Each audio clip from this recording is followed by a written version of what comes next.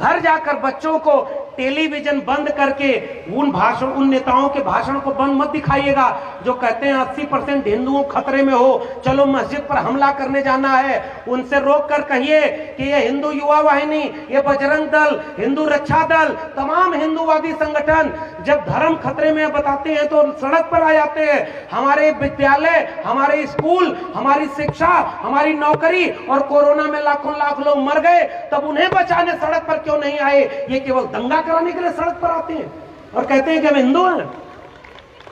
हम हिंदू होते तो बताओ दलितों को मंदिर में क्यों नहीं जाने दिया?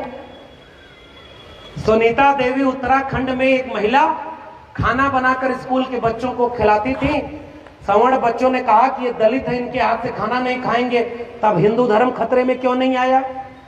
राजस्थान का एक नौजवान जितेंद्र मेघवाल, उसकी गलती केवल यह थी कि मूंछ रख लिया था, दलित था, उसको जान से मार दिया, तब हिंदू धर्म खतरे में क्यों नहीं आया?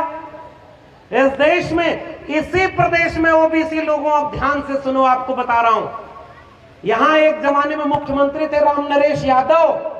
यादव जी लोगों को भी लगता है कि हम तो, हमारे भी एक भगवान है। मैं उनके खिलाफ भी बहुत नहीं बोलूंगा, नहीं तो सबसे ज्यादा मेरे खिलाफ वही हो जाएंगे। मुझसे सब कहते हैं कि ये यादव थोड़ा ही अम्बेडकरवादी हो गया है। मैं कहता हूं कि देखो, मुझे पढ़ने का मौका मिला, मेरे हाथ से कुदाल फावड़ा छीनकर मेरे परिवार वालों ने, भारत के संविधान मंडल कमीशन ने किताब और कलम पकड़ाई, मुझे समझ में आ गया कि फूले, अम्बेडकर, पेरियार हमारे हैं। जिस दिन तुम्हें भी पढ़ने का मौका मिल जाएगा, तुम भी समझ जाओगे कि अम्बेडकर उनके नहीं, हम सबके हैं। फूले हमारे हैं, पेरियार हमारे, केवल इतना ही है। हमारे यहां तो भगवानों की भी जाति बता दी। इसी प्रदेश का मुख्यमंत्री बोलता है ना, नाम नहीं लूंगा नहीं तो बुलडोजर, इशारे में समझिए। इस देश में योगी बनने के बाद सबसे पहला काम होता है कि अपनी जाति छोड़ देते हैं। इस देश का मुख्यमंत्री योगी बनने के बाद कहता है कि मुझे गर्व है कि मैं क्षत्रिय वंश में पैदा हुआ हूं, उसमें जिसमें राम पैदा हुए। अगर राम क्षत्रिय थे तो राम हिंदू नहीं थे, फिर राम सबके कैसे हैं? और आज तुम कहते हो कि जो राम को लाए हम उनको लाएंगे, फिर भी जीत जाते हो। हम तो उसका विरोध करते रहेंगे ना। अगर राम तुम्हारे थे तो उनकी जाति नहीं होनी चाहिए ना। भगवान की जाति किसने बताई? हनुमान की जाति किसने बताई? हमने बताई क्या?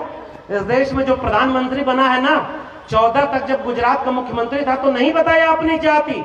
जब प्रधानमंत्री का चुनाव आया तो मंच से कहता है मैं ओबीसी समाज का हूं, मैं पिछड़ा हूं। इस देश में जब राष्ट्रपति बनाया गया तो प्रेस कॉन्फ्रेंस करके दुनिया की सबसे बड़ी पार्टी के अध्यक्ष ने कहा कि हमने एक दलित को राष्ट्रपति बना दिया है। जब तुम्हें जाति का लाभ लेना होता है तो तुम जाति बताने लगते हो, और जब मुसलमानों के खिलाफ दंगा कराना होता है तो कहते हो 80% हिंदुओं तुम खतरे में हो, हम सब एक हैं, चलो हिंदू राष्ट्र बनाना है।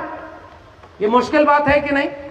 पहचानिएगा उन लोगों को जो जाति के नाम पर आपको बरगला रहे हैं। आज एक दौर ऐसा भी है कि हमारी आपकी जाति के भी कुछ लोग उनके खेमे में बैठकर, आपको भी लगता होगा कि हमारी जात बिरादरी का आदमी उधर है, सही है, चलो कुछ काम तो करवा देगा। जरा पूछिए कि 69,000 शिक्षक भर्ती घोटाला हुआ था, ओबीसी समाज के लोग मारे गए, ओबीसी समाज का उप मुख्यमंत्री था, एक काम नहीं कर पाया। जब चुनाव स्तर पर आया तो 69,000 शिक्षक भर्ती घोटाले को मान लिया गया कि हमने गलती की। हरियाणा में शिक्षक भर्ती घोटाले में ओम प्रकाश चौटाला जेल में थे, तो इस प्रदेश के भी मुख्यमंत्री को जेल में जाना चाहिए कि नहीं?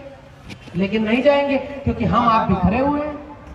उन्हें पता है कि इनको आपस में लड़ा दो, इनकी बड़ी सी मूर्ति बनवा दो, इनके लोगों की पूजा करवा दो। डॉक्टर अंबेडकर की वो भी पूजा कर रहे हैं, सजग रहिएगा, मैं आपको आगाह करने आया हूं। आज डॉक्टर अंबेडकर की याद तब आ रही है जब 2 अप्रैल का भारत बंद हुआ था, तब क्यों नहीं आई थी? 2 अप्रैल के भारत बंद में एक बात कहने आया हूं। मान्यवर कांशीराम ने कहा 1932 के बाद इस देश में चमचा युग शुरू हो गया। अगर आप भी बाबा साहब के सपनों का भारत बनाना चाहते हैं तो मेरी एक अपील, एक गुजारिश, माताओं बहनों याद रखिए, यहां से जाते हुए देखिए जन्मोत्सव में एक स्टॉल लगा हुआ है, गुलामगिरी और जाति का विनाश, भारत का संविधान और मंडल कमीशन, 4 किताबें घर घर पढ़ाइए। अपने आप आपकी पीढ़ियों का मुस्तकबिल न बदल जाए तो आप कहिएगा। हमारी लड़ाई किताबों की लड़ाई है, यही कहने आया हूं। हमारी लड़ाई मूर्ति की लड़ाई नहीं है, तस्वीर की लड़ाई नहीं है।